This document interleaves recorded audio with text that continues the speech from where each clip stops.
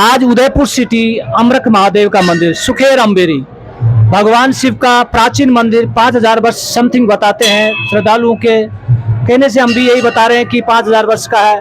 और यहाँ पर 2.5-3 किलोमीटर की दूरी पर भगवान शिव का मेला, अति सुंदर मेला लगता है।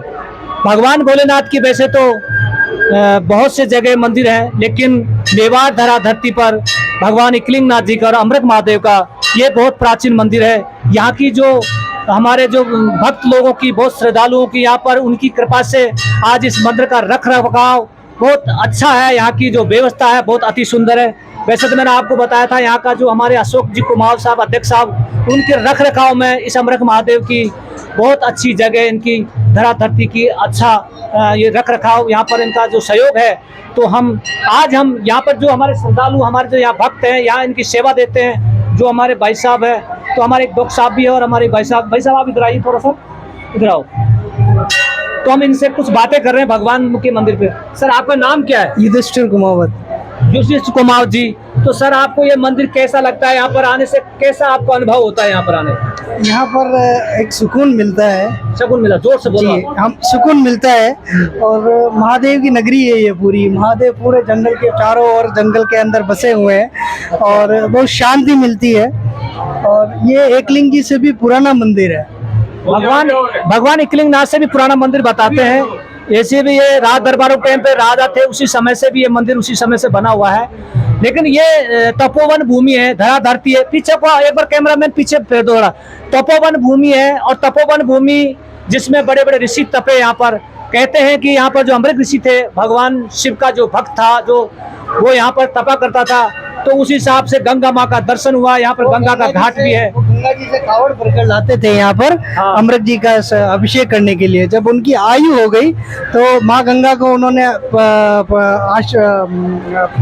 रिक्वेस्ट करी, तो माँ गंगा स्वयं यहाँ प्रकट हुई है। अभी कितना भी अकाल पड़ जाए, यहाँ जो कुंड है उसमें पानी कभी न कम होता है न ज्यादा होता है, वो निरंतर प्रकार से चलता रहता है। और इस पानी का न कहीं उद्गम किसी को मिला है और मुझे आशा है कि भविष्य में इस उद्गम कभी किसी को नहीं मिलेगा। तो माँ गंगा स्वयं की जय। हमारे एक काका है, बहुत अच्छा भक्त है भगवान शिव का, बहुत दिनों से आते हैं। क्या नाम है काका आपका? दीपलाल जी डांगी। हाँ, मावली के पास में होली का रहने वाला हूँ। मैं बढ़िया चीजें इधर आ रहा हूँ। जब खंजर बंजर था, इसका जीर्णोद्वार हुआ, राजा अम्बरीश से राजा थे, वो अपने राज्य त्याग दिया और ऋषि बन गए। ऋषि बनने के बाद महादेव जी की सेवा पूजा करते थे और गंगा जी से गंगा स्नान करके यहाँ के सेवा करते थे। गंगा या साक्षर प्रकट हो गई तो उनकी जबरदस्ता हुई तो नीचे वाला मंदिर है, जीवित समाधि है। गंगा उनके शरणों में 24 घंटा बह रही है। उनके ये तपोभूमि है।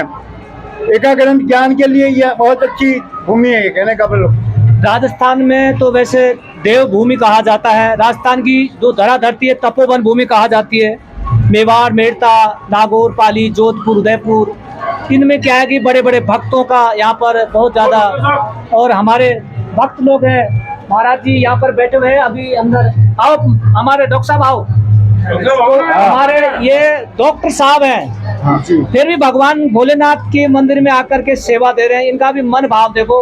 वैसे भी कहते हैं कि डॉक्टर भगवान का रूप स्वरूप होता है, तो मैं भी यही कहना चाहता हूँ, डॉक्टर भी अपने भगवान को मानते हैं। तो इसलिए डॉक्टर साहब जी ये बताओ, आपका यहाँ कैसा मन लग रहा है भगवान के मंदिर में आने से? यहाँ पे आने से मन को बहुत शांति मिलती है, बाकी सारी थकान उतर जाती है, सुकून मिलता है, सुकून मिलता है, मन की शांति वगैरह। बस वही महादेव जी की सानिध्य में वही सेवा का मौका मिल रहा है तो हम सेवा कर रहे हैं। आप सोच लीजिए डॉक्टर साहब अगर भगवान के दरबार में आते हैं तो हम जैसे आम लोग को भी आना चाहिए, परमात्मा के दरबार में आना चाहिए, भगवान को मानना चाहिए। ये जबरन किसी के ऊपर कोई दबाव नहीं होता है, ये प्रेम का भाव होता है। जहाँ भगवान के दरबार में कोई आता है तो प्रेम से आता है और भक्ति भाव प्रेम से करता है, उसका जीवन हमेशा सुखी रहता है।